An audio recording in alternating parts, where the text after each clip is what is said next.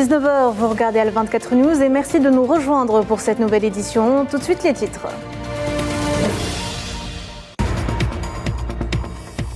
L'Algérie, fin prête à défendre la paix et la sécurité dans le monde au Conseil de sécurité de l'ONU. Ahmed Attaf dépose officiellement la candidature du pays en tant que membre non permanent.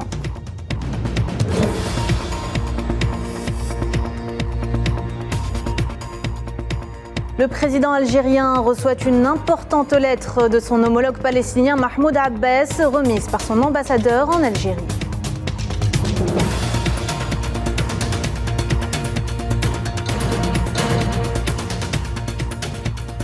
L'eurodéputé Karl Puigdemont démasque la connivence entre Rabat et Madrid sur le trafic de minerais du Sahara occidental.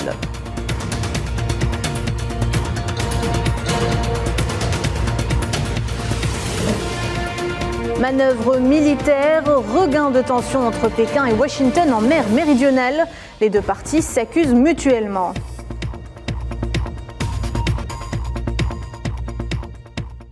Diplomatie chargée par Abdelmajid Tebboune, le ministre algérien des Affaires étrangères Ahmed Attaf s'est rendu à New York au siège de l'ONU pour une visite de travail qui intervient en prélude aux élections de renouvellement des membres non permanents du Conseil de sécurité des Nations Unies. L'Algérie prendra part à ces élections prévues le 6 juin prochain à l'Assemblée générale de l'ONU en tant que candidate pour briguer un siège de membre non permanent au sein du Conseil de sécurité pour la période de 2024-2025.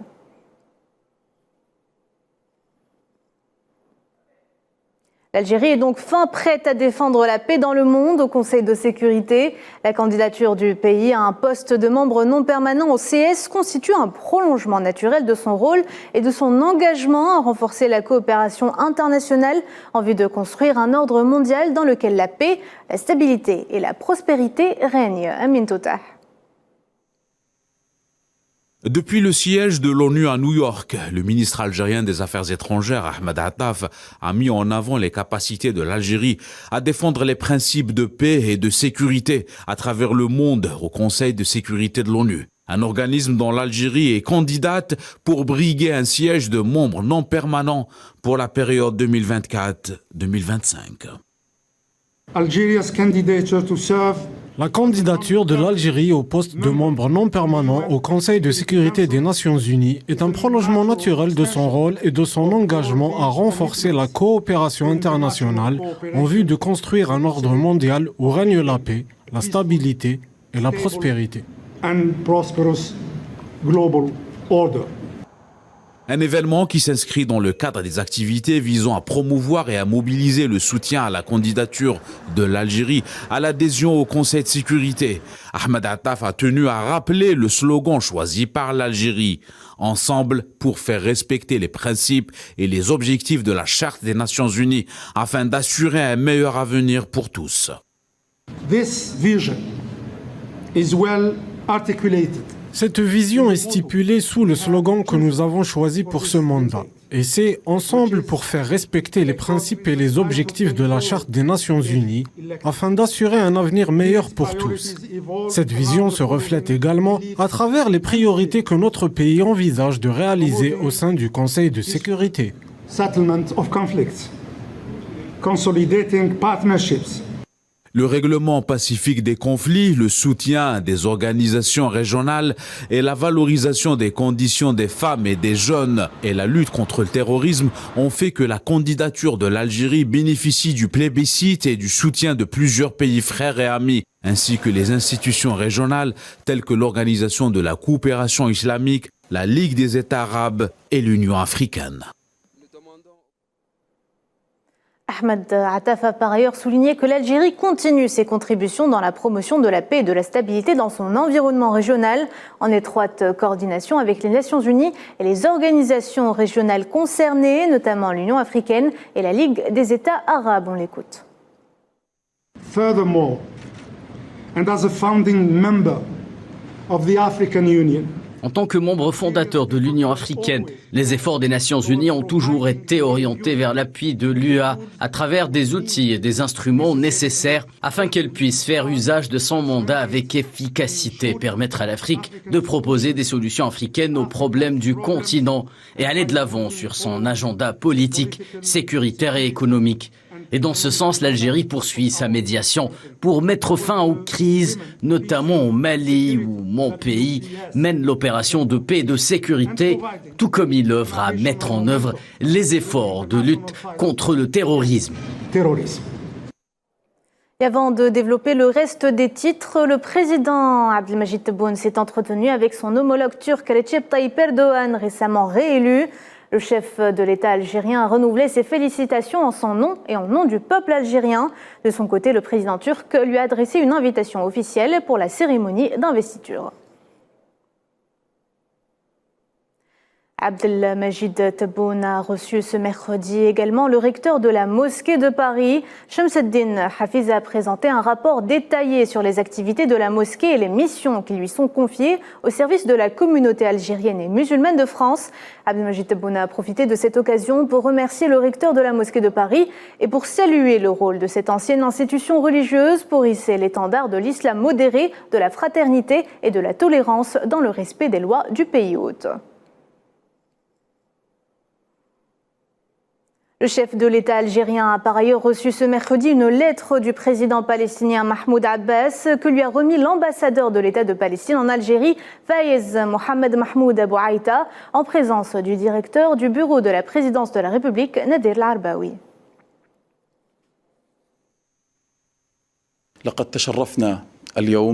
J'ai eu l'honneur aujourd'hui de rencontrer son Excellence le président Abdelmajid Tebboune et j'ai eu l'honneur de lui remettre un message important de son frère, le président Mahmoud Abbas.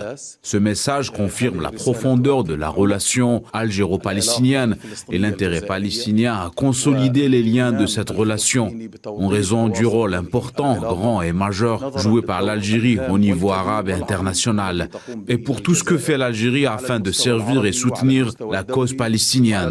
Un grand merci de la part de M. le Président Mahmoud Abbas pour ce que l'Algérie a fait en commémorant la Nakba palestinienne pour confirmer la réfutation du récit sioniste et exposer les crimes commis par les bandes sionistes à l'encontre du peuple palestinien.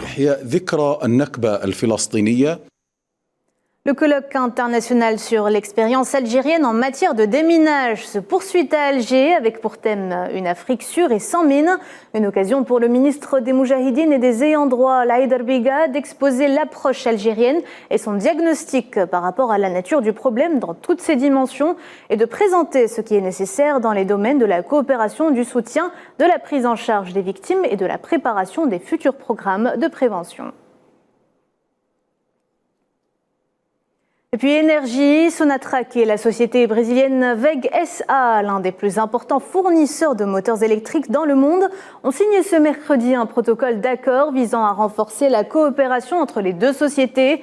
Cette coopération favorisera les perspectives d'échange, d'expertise et d'expérience en matière d'amélioration des performances et de maîtrise technologique des installations du groupe Sonatrach à travers une vision du partenariat gagnant-gagnant. L'un des députés européens les plus actifs à Bruxelles, Carles Puigdemont, a dénoncé ce mercredi le trafic de minerais entre Rabat et Madrid. L'homme politique catalan a appelé la Commission européenne à prendre position sur l'importation de phosphate depuis les territoires sahraouis, ajoutant que plusieurs entreprises espagnoles sont intégrées dans la chaîne d'approvisionnement en phosphore du Sahara occidental. Direction le Proche-Orient à présent. Dans les camps de réfugiés de Chouafat, un jeune Palestinien a été victime de maltraitance par les forces d'occupation. Et la mosquée Al-Aqsa a une nouvelle fois été la cible de profanations commises, comme à l'accoutumée, par des dizaines de colons. Des actes condamnables que l'entité sioniste commet tous les jours en toute impunité, au grand désarroi des Palestiniens qui continuent de subir les pires des injustices. Souhila Kelal. La mosquée Al-Aqsa a de nouveau été la cible d'une incursion de colons sionistes sous la protection d'un important cordon sécuritaire. La police d'occupation a contrôlé les cartes d'identité des fidèles et harcelé ceux qui entraient dans la mosquée. C'est quasi quotidiennement que les colons sionistes s'introduisent dans la mosquée sainte en effectuant des prières juives et des rituels.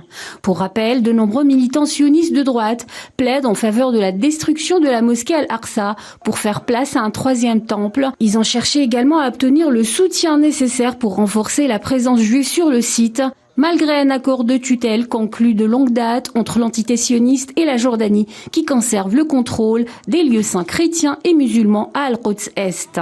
Ce mercredi, les forces d'occupation ont également arrêté un jeune homme de 20 ans dans la ville de Qalqilia après une descente et une fouille de son domicile. La nuit dernière, Mohamed Mahmoud Hamad, un adolescent de 15 ans, a été violemment battu, malmené et arrêté par la horde sioniste dans le camp de réfugiés de Sha'fat à Al-Quds Est. L'autorité des affaires des prisonniers a déclaré que l'enfant de 15 ans avait été transféré à l'hôpital après avoir été roué de coups lors de son arrestation. Des véhicules municipaux de l'occupation sioniste sous la protection des forces d'occupation ont démoli ce mercredi des installations commerciales au sud de la mosquée Al-Aqsa. Il est clair que l'occupation sioniste intensifie ces derniers temps son escalade, particulièrement dans le périmètre de la mosquée sainte d'Al-Aqsa, dans un but que tout le monde connaît. L'actualité, c'est également la situation au Soudan et pour la première fois depuis le début du conflit, l'aide alimentaire fournie par le Programme alimentaire mondial PAM est parvenue à la capitale Khartoum. Selon le directeur national de l'institution onusienne au Soudan, la distribution a pu s'effectuer. L'agence humanitaire a livré de la nourriture aux familles prises au piège dans la capitale du pays, déchirée par les combats. Distribution of food assistance to Khartoum started on Saturday, the 27th of first distribution of food assistance. Je pense que cela ne fait que souligner pourquoi il est important que nous ayons des lignes de communication régulières et ouvertes, y compris entre nos deux ministères de la Défense. Il est regrettable que la réunion souhaitée par le secrétaire Austin n'ait pas eu lieu avec son homologue chinois. Mais pour nous, pour le président Biden, cela souligne pourquoi il est si important que dans tout le gouvernement, au niveau les plus élevés, nous soyons régulièrement engagés. On reste en Afrique. Le ministère somalien dans l'information a déclaré que l'armée nationale soutenue par les habitants a déjoué une attaque terroriste menée par le groupe Shebab contre une base militaire dans la province centrale de Galgadoud, éliminant au moins 30 terroristes. Le ministère a également déclaré que les terroristes avaient pris la fuite et que 3 des véhicules qu'ils avaient utilisés pour l'attaque avaient été saisis.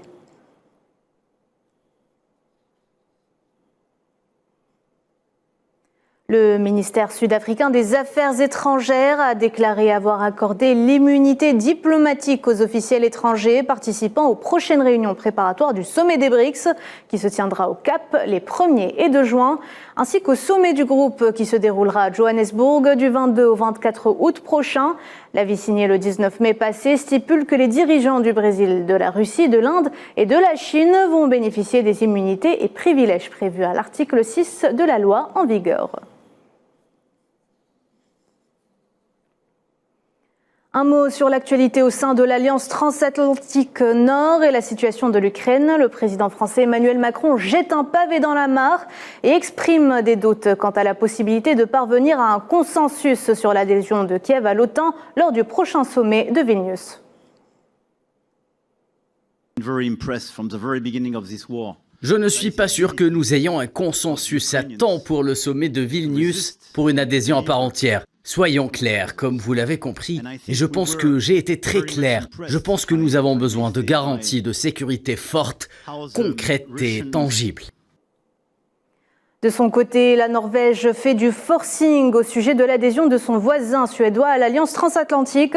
La chef de la diplomatie norvégienne Anniken Huitfeldt a déclaré avoir échangé sur le sujet avec son homologue turc pour une intégration de Stockholm avant le sommet de Vilnius. Sweden now participates in NATO's meeting. La Suède doit devenir membre à part entière de l'OTAN dès que possible et avant le sommet de Vilnius en juillet. Fully fledged NATO member as soon as possible and before the summit in Vilnius in July. Je vous le disais en titre, le gouvernement chinois a dénoncé mercredi une provocation américaine après l'incident survenu entre un avion de chasse chinois et un avion militaire de reconnaissance américain qui opérait au-dessus de la mer de Chine méridionale. La tension monte entre les deux pays. Kherdin Batash. Le chef de la diplomatie américaine, Anthony Blinken, a appelé mercredi Pékin à une meilleure communication avec Washington après un incident entre des avions militaires américains et chinois qu'il a imputé aux pilotes chinois. Je pense que cela ne fait que souligner pourquoi il est important que nous ayons des lignes de communication régulières et ouvertes, y compris entre nos deux ministères de la Défense. Il est regrettable que la réunion souhaitée par le secrétaire Austin n'ait pas eu lieu avec son homologue chinois. Mais pour nous, pour le président Biden, cela souligne pourquoi il est si important que dans tout le gouvernement, au niveau les plus élevés, nous soyons régulièrement engagés. Cette déclaration intervient après la réaction de Pékin qui a dénoncé les manœuvres américaines dans l'espace aérien de la mer méridionale de Chine. Ces manœuvres ont suscité le mécontentement du gouvernement chinois, exprimé par la porte-parole du ministère chinois des Affaires étrangères, Mao Ning, qui a estimé que ces manœuvres provocatrices et dangereuses sont la source des problèmes de sécurité maritime. L'envoi fréquent et sur une longue période par les États-Unis de navires et d'avions afin d'effectuer une surveillance rapprochée de la Chine porte gravement atteinte à la souveraineté et à la sécurité nationale chinoise. Ces manœuvres provocatrices et dangereuses sont la source des problèmes de sécurité maritime. Les États-Unis devraient immédiatement cesser ces dangereuses provocations. La Chine continuera de prendre les mesures nécessaires pour sauvegarder fermement sa souveraineté et sa sécurité. L'armée américaine a déclaré mardi qu'un pilote d'avion de combat chinois avait effectué une manœuvre agressive injustifiée près d'un avion militaire de reconnaissance américain qui opérait au-dessus de la mer de Chine méridionale. Selon les États-Unis, l'avion chinois a volé vendredi directement devant et à moins de 120 mètres du nez du RC-135, forçant l'avion américain à traverser les turbulences dans son sillage. Les États-Unis pointent du doigt Pékin, estimant que l'avion en question, le RC-135, menait des opérations sans risque et dans l'espace aérien international, conformément au droit international. Ces explications données par Washington ne semblent pas convaincre Pékin, qui estime que les États-Unis sont en train de refaire de la provocation en faisant des manœuvres. Les deux pays ne sont pas à leur premier incident dans cette région de mer méridionale chinoise. Les manœuvres militaires américaines ont toujours été très mal appréciées par Pékin, surtout lorsqu'on le sait, la tension qui existe entre les deux pays concernant l'île de Taïwan. Un haut responsable des services de renseignement chinois s'est rendu en Birmanie pour discuter de coopération militaire avec la junte, isolée sur la scène internationale depuis le coup d'État de 2021. Les deux hommes ont également discuté de la coopération en matière de paix, de tranquillité et de programmes de développement pour les zones frontalières. Pour rappel, la Birmanie est le théâtre d'une répression violente de la junte envers ses opposants qui a déjà fait plus de 3500 morts. C'est la fin de ce journal. Merci de l'avoir suivi. Vous pouvez revoir ce programme sur nos réseaux sociaux en scannant le QR code qui s'affiche en bas de votre écran. L'actualité continue sur A24 News. Au revoir.